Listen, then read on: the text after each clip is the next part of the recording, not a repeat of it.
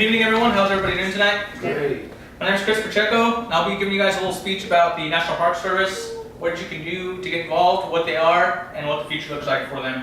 So just to give you guys some examples of national parks, here's Morning Glory Pool, Yellowstone National Park, Old Faithful Badger, Yellowstone National Park, Mount McKinley and Denali National Park, Alaska, Aurora Borealis from Denali National Park, and one that you guys are probably familiar with around this area, White Sands National Monument. So the National Park Service was enacted in 1916, and this is referencing the Woodrow Wilson House off of the nationalparkservice.gov. And at the time, there were actually 35 national parks in existence when the National Park Service was enacted and created.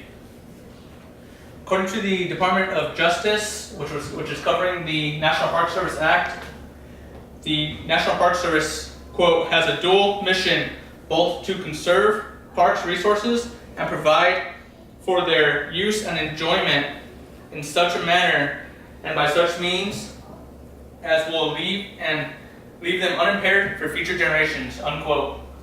So the National Park Service basic mission is to provide these parks and areas for your enjoyment while at the same time preserving them for your kids and their kids and future generations.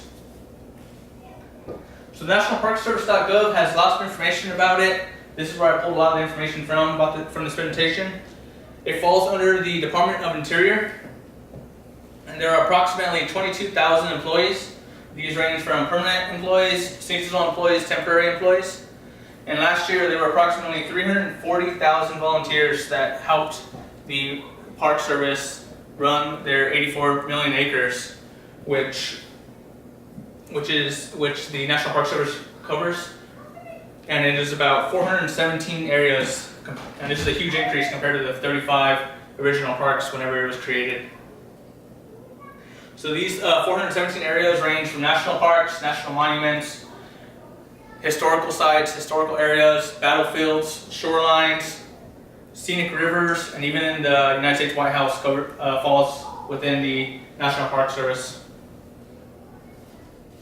Last year, there were approximately 330 million visitors that visited the parks last year. And if you look at the numbers posted on the website, which is pretty up to date, it's actually increasing. So as you can see, the 340,000 volunteers, it's a huge help that these 22,000 employees need. There's ways that you can get involved yourself, and these are all posted on volunteer.gov. You can go state by state, local areas, and look for areas of how you can get involved. For instance, there's an opening right now at the Gila Cliff Dwellings for an interpretive resource volunteer. There's also park events where you can actually get involved, and some of these things have benefits where they'll give you a room and board or an RV site, something to look at too, where you can live while you're volunteering and providing a service. National Park Service is, with this website and these volunteer services, are actually becoming very advanced with their technology and providing information to the public. The website is very easy to navigate, and an article written by Sharon M. Leon, published in the peer-reviewed article of the Public Historian, November 2016, discusses how the National Park Service is publishing apps, ISO apps, and Android apps, which leave this information to your palm of your hand. You can download the Yellowstone National Park Service app, and before your trip, you can actually get information, construction, tips on what you can do before you actually go there.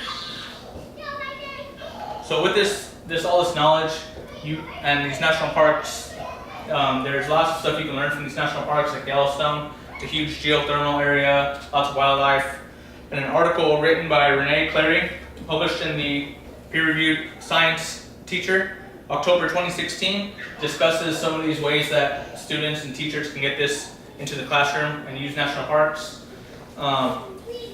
This specific article talks about art and science, how students can look at the art of a lot of these national parks, like say for instance Yellowstone, and look at what kind of scientific items are within these paintings, like geothermal pools, if there's a picture of Old Faithful, and some sort like that. So there's lots of stuff that you can use, lots of resources you can use in the national parks to get into your classrooms, and teachers can use to help science and art get involved in the class.